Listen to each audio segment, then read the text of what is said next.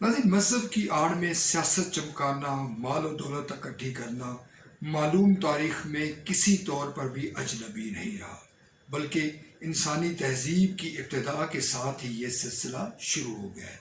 असर हाज़िर में भी इसके मुज़ाहरे मुख्तलिफ जगहों पर देखे जा सकते हैं। मिसाल के तौर पर भारत, मिसाल के तौर पर इसराइल। मगर भारत में राम मंदिर की तामीर की बुनियाद पर जिस तरह से बीजेपी खेल खेल रही है, लोगों के जज्बात मजरू कर रही है और माल इकट्ठा कर रही है, ये यकीनन हैरान कुन है। मैं हूं मलिक ज़हीर बाबर। अगर आपने ये चैनल सब्सक्राइब नहीं किया तो इस चैनल को सब्सक्राइब करें। गैर मुल्की नशियाती इदारे के मुताबिक मंदिर ट्रस्ट के अहम जिम्मेदारान बदउनवानी में मुलविस पाए गए हैं और उनको बराह रास्त आशीर्वाद हासिल है नरेंद्र मोदी की। अब इस वक्त सूरत हाल ये है कि बीजेपी जो इक़्तिदार में मौजूद है, उस पर एक तरफ कांग्रेस और समाजवादी पार्टी तनकीद कर रही हैं, आम आदमी जो पार्टी है वो भी तनकीद कर रही है, और दूसरी तरफ जो मजहबी साधु हैं भारत के, वो भी बीजेपी को राम मंदिर के नाम पर पैसा बटोरने का इल्ज़ाम आयद कर रहे हैं।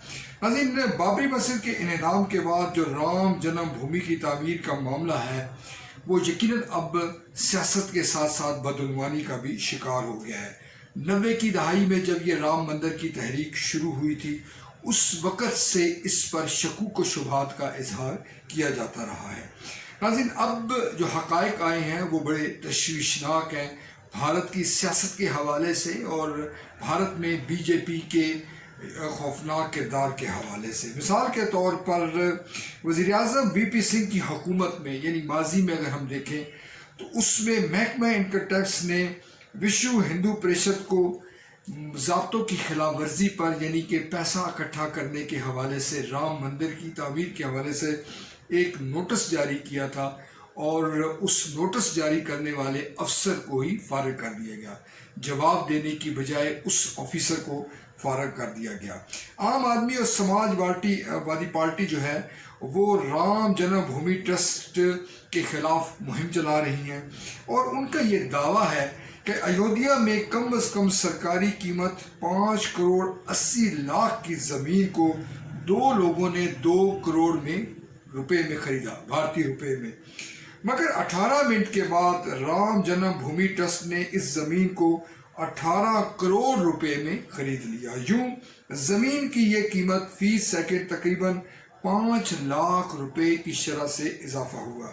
ये भी कहा जा रहा है कि ये तमाम इस अमल में बीजेपी बराह रास्त मुलविस है। दूसरी तरफ तफसीलात ये हैं कि गुज़िश्ता बरस जब राम मंदिर की तामीर का नरेंद्र मोदी ने संगे बुनियाद रखा, उस वक्त राम मंदिर ट्रस्ट के सेक्रेटरी जनरल वीएचपी के रहनुमा चंपत लाल को इसका सेक्रेटरी जनरल बनाया गया, जिसके बाद फौरी तौर पर भारत के अंदर से और बैरून मुल्क से चंदे आना शुरू हो गए।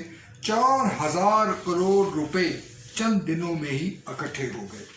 ट्रस्ट के जो चेयरमैन है मेहनत गोपाल, उनका कहना है कि वो इस तमाम अमल से मुतमईन नहीं है और उन्होंने इस पर शकूक व शुबहात का इजहार किया है। उनका कहना है कि इसमें बदउनवानी है, मगर जो चंपत लाल हैं, सेक्रेटरी जनरल हैं, वो इस बदउनवानी के इल्ज़ामात का जवाब देने से गुरेज़ा हैं। अब कांग्रेस पार्टी का कहना है कि चूँकि राम मंदिर की जो तामीर है वो खुद बीजेपी ने शुरू की और नरेंद्र मोदी ने उसका संगे बुनियाद रखा, लिहाजा वो उसके एक एक पैसे का हिसाब देने पर के पाबंद है। ये भी कहा जा रहा है कि जो मजहबी रहनुमा स्वामी नेकी महाराज, उनका कहना है कि ये अब तक के भारत में मजहबी घपलों में से सबसे बड़ा मजहबी घपला है।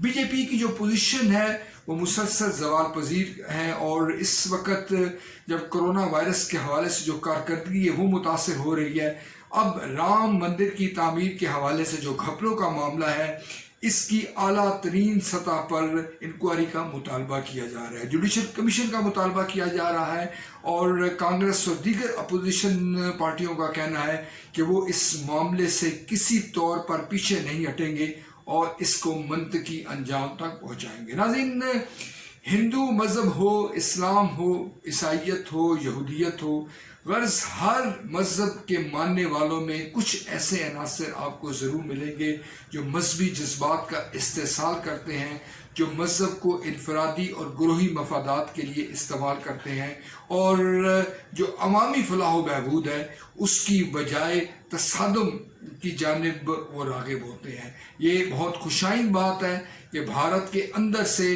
مودی کی سیاست، بی جے پی کی جو بدترین ذہنیت ہے اس کے خلاف آوازیں اٹھ رہی ہیں، اور اس بات کا قوی امکان ہے کہ آئندہ جب بھارت میں الیکشن ہوں گے تو نریندر مودی کو ان سوالات کا نہ صرف جواب دینا پڑے گا بلکہ بدترین شکست کی صورت میں مودی سرکار، مودی کے جو ہم خیال گروپ ہے وہ شکست سے دوچار ہوگا، اور شاید کسی نہ کسی حد تک بھارت میں اور بالخصوص جنوبی ایشیا میں ہندو انتہا پسندی کو لگام مل سکے۔